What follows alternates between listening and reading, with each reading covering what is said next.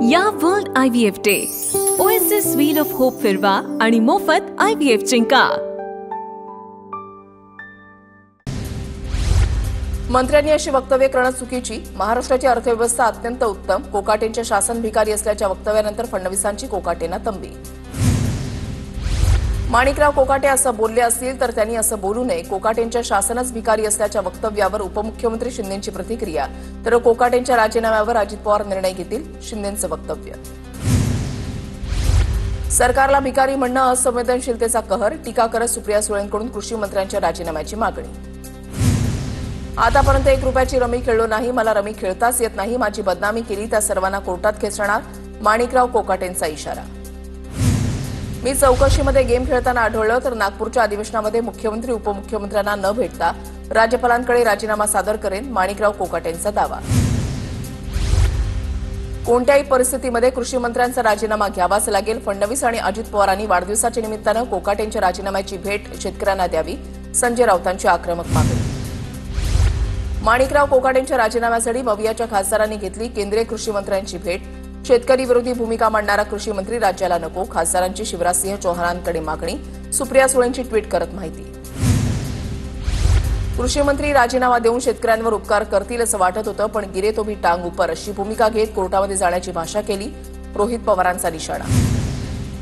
कोकाटेंना समज देण्यापलीकडे काहीच कारवाई होत नाही, कोकाटेंना मंत्रिमंडळातून ताबडतोब हाकलून द्या, राजू शेट्टी यांची मागणी। राजीनामा घेण्यासारखं घडलं काय? मी चोरी केली, विनयभंग केला की शेतकरी विरोधी निर्णय घेतला? मुख्यमंत्र्यांनी माध्यमांवर विश्वास ठेवून निवेदन केलेलं दिसतंय। विधानसभेमध्ये कसं वागावं याचे सर्व नियम मला माहिती, फडणवीसांच्या नाराजीवर कोकाटेंचं वक्तव्य।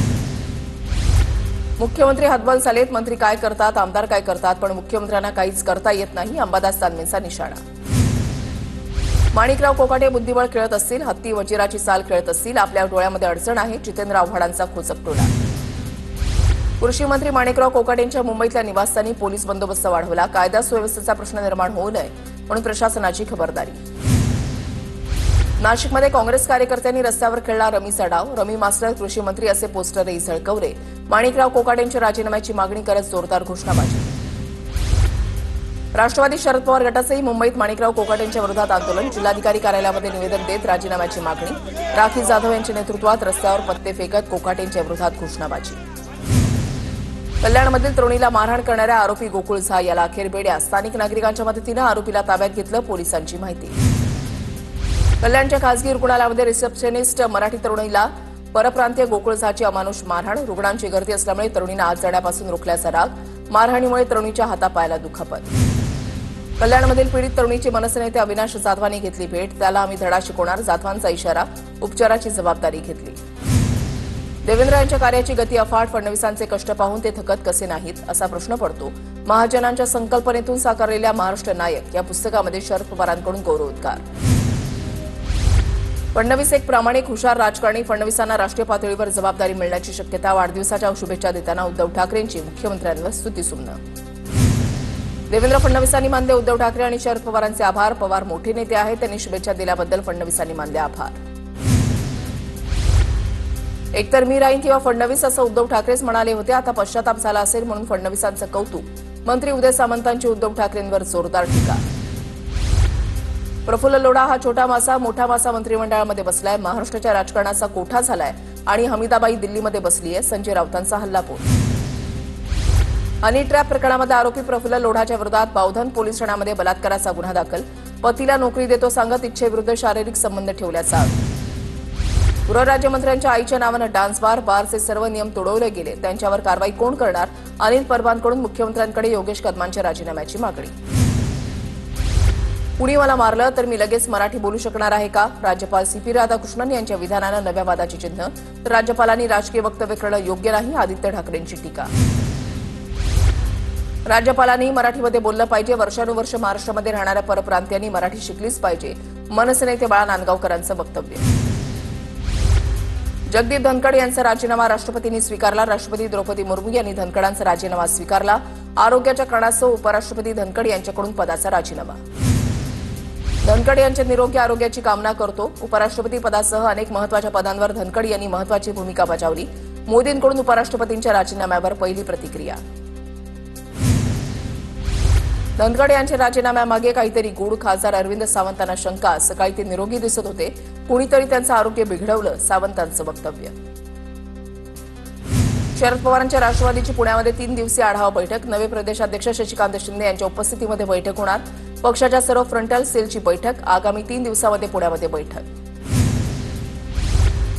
इस्लामपूरचं नाव बदलल्यानं काही लोकांची झोप उडाली. जे हिंदू विरोधी भूमिका घेतील त्यांना यापुढे ठेचून काढलं जाईल. गोपीचंद पडळकर यांची प्रतिक्रिया. नांदेडमध्ये ठाकरे शिवसेनेचे संपर्क प्रमुख बबन थोरात यांच्या फोटोला काळं फासलं. बबन थोरात आणि बंडू खेडकरांच्या वादानंतर नांदेडमध्ये पडसाद. ठाकरेंच्या मेळाव्याच्या अनुषंगानं शहरामध्ये लावण्यात आले होते बॅनर.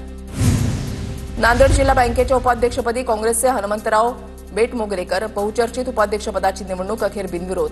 दादांची राष्ट्रवादी, ठाकरेंची शिवसेना आणि काँग्रेसचा पाठिंबा. जळगावात ज्येष्ठ विधिज्ञ उज्ज्वल निकम यांची राज्यसभा सदस्य म्हणून निवड झाल्याबद्दल नागरी सत्कार. नागरी सत्कारापूर्वी उज्ज्वल निकमांचं भव्य मिरवणूक काढत स्वागत. राज्यातील 3 लाख टन कांदा खरेदी करण्याचं काम सुरू. राज्याचे पणन मंत्री जयकुमार रावल यांची माहिती. कांदा उत्पादक शेतकऱ्यांना दिलासा मिळणार.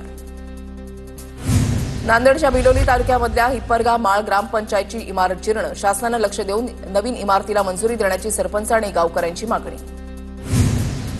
श्रावण महिन्यामध्ये भीमाशंकर इथे व्हीआयपी दर्शन. इतर भक्तांसाठी साध्या रांगेची व्यवस्था. श्रावणी सोमवार यात्रा नियोजनाबाबत जिल्हाधिकारी कार्यालयामध्ये घेण्यात आली आढावा बैठक. जिल्हाधिकारी जितेंद्र डुडी यांच्याकडून यात्रेच्या नियोजनासाठी महत्त्वपूर्ण सूचना. मुंबईहून सुरतला जाणाऱ्या फ्लाईंग राणी एक्सप्रेसवर अज्ञाताकडून दगडफेक. घटनेमध्ये कुणीही जखमी नाही. वैतरणा रेल्वे स्थानकादरम्यानचा प्रकार. आरपीएफ पोलिसांकडून तपास सुरू. मुंबईच्या विलेपार्लेमधल्या जैन मंदिरावर कारवाई करणाऱ्या अभियंत्याला बढती. अभियंता नवनाथ घाडगे यांची सहाय्यक आयुक्तपदी नियुक्ती. कारवाईनंतर 15 दिवसांमध्ये नवनाथ घाडगेंना मूळ पदावर परत पाठवलं. जुलै अखेरला लाडक्या बहिणींच्या खात्यामध्ये पैसे जमा होणार असल्याची माहिती. योजनेच्या दुसऱ्या वर्षामध्ये पहिला लाभ पात्र बहिणींच्या बँक खात्यामध्ये जमा झालेला नाही. जळगावच्या धानोरामधील आश्रमशाळेमधील विद्यार्थी अचानक बेशुद्ध पडल्यानं गोंधळ. मुलांच्या पालकांनी मुलींना परत घेऊन जाण्यासाठी गोंधळ घातला. भूत दिसल्याचं पालक आणि मुली सांगत असल्याची आश्रमशाळेच्या अधीक्षकांची माहिती. याबाबत पूर्ण चौकशी करण्याचं आश्वासन. गेल्या 2 दिवसांपासून राज्यामध्ये पावसाचा जोर वाढला. मुंबईसह राज्यातील इतर भागातही पाऊस. कोकणातील रायगड, रत्नागिरी, सिंधुदुर्ग जिल्ह्यात आज अतिमुसळधार पावसाचा अंदाज. नागपूरसह विदर्भामध्ये पुढील 4 दिवस मध्य ते मुसळधार पावसाचा अंदाज. 25 जुलैला नागपुरात ऑरेंज अलर्ट, तर 24 आणि 25 जुलैला गोंदिया जिल्ह्यामध्ये तसंच चंद्रपूर जिल्ह्यामध्ये 24 तारखेला ऑरेंज अलर्ट. मुंबईमध्ये रात्रीपासून पावसाची रिपरिप. हिंदमाता आणि दादर परिसरात मुसळधार पाऊस. मुंबईत मुसळधार पावसाचा हवामान खात्याचा अंदाज. परभणीच्या पाथरीमधील अतिवृष्टीग्रस्त गावांना राजेश विटेकरांची भेट. नुकसानग्रस्त भागात पंचनाम्याच्या दिल्या सूचना.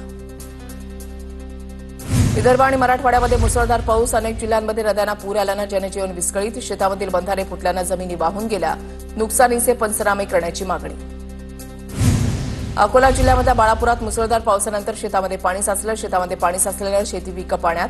पंचनामे करून नुकसान भरपाई देण्याची शेतकऱ्यांची मागणी. जालन्याच्या मंठा तालुक्यामधल्या शिरपूर आणि वडगावात मुसळधार पाऊस. गावांमध्ये पाणी साचलं तर शेती पिकांचंही मोठं नुकसान. सोलापुरात 1 महिन्यानंतर पावसाची जोरदार हजेरी. शहर आणि जिल्हाभरात जोरदार पाऊस. बळीराजा सुखावला.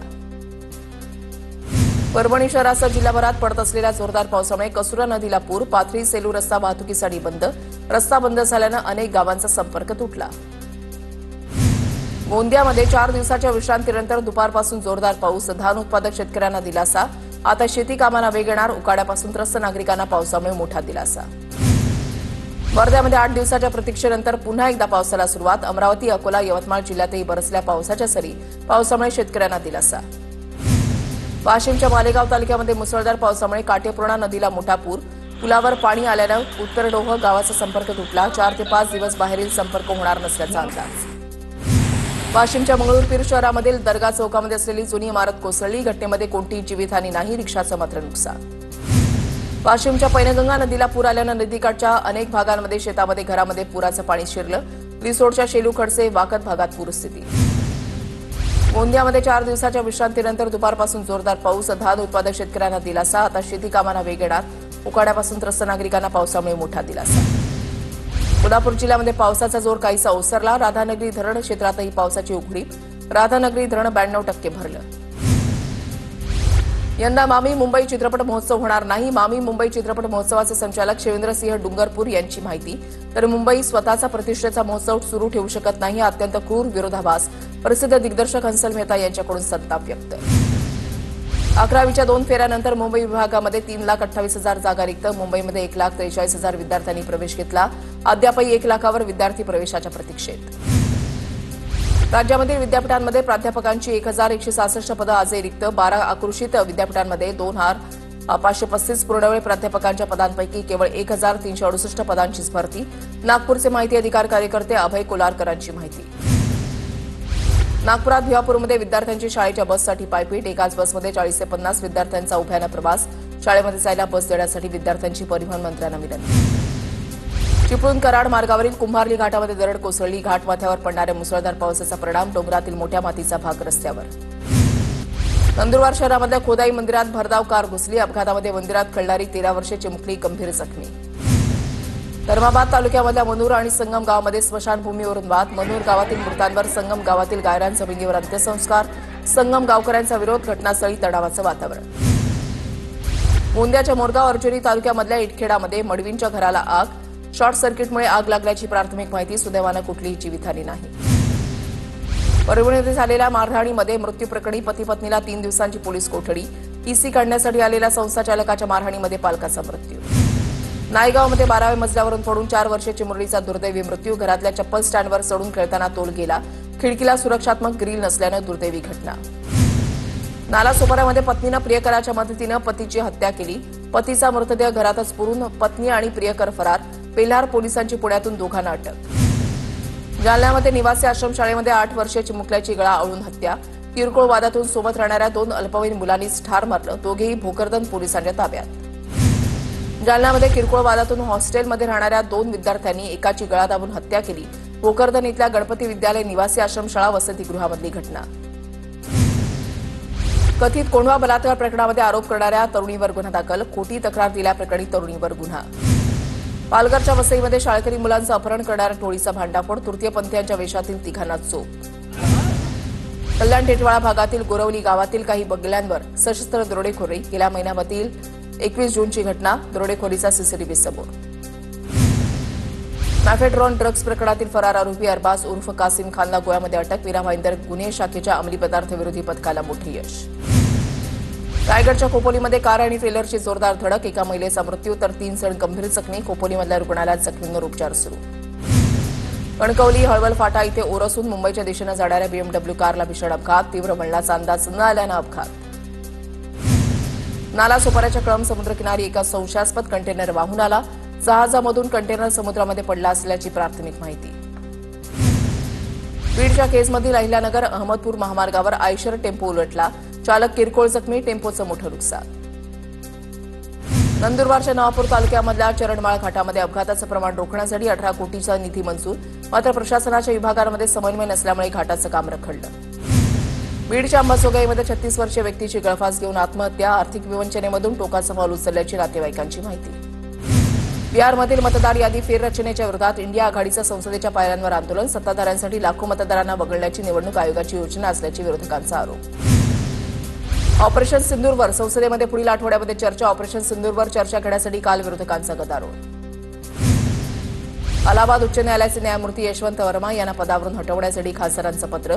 145 लोकसभा सदस्यांच्या स्वाक्षऱ्या असलेलं पत्र शिष्टमंडळानं लोकसभा अध्यक्षांना सादर केलं. छत्रपती शिवाजी महाराजांच्या धोरणांची आजही देशाला गरज. जेएनयूच्या कुलगुरू शांतश्री धुलीपुडी यांचं महत्त्वाचं प्रतिपादन. एअर इंडियाला मागच्या 6 महिन्यामध्ये 9 कारणे दाखवा नोटीस. सुरक्षा नियमांचं उल्लंघन केल्यानं एअर इंडियाला नोटीस.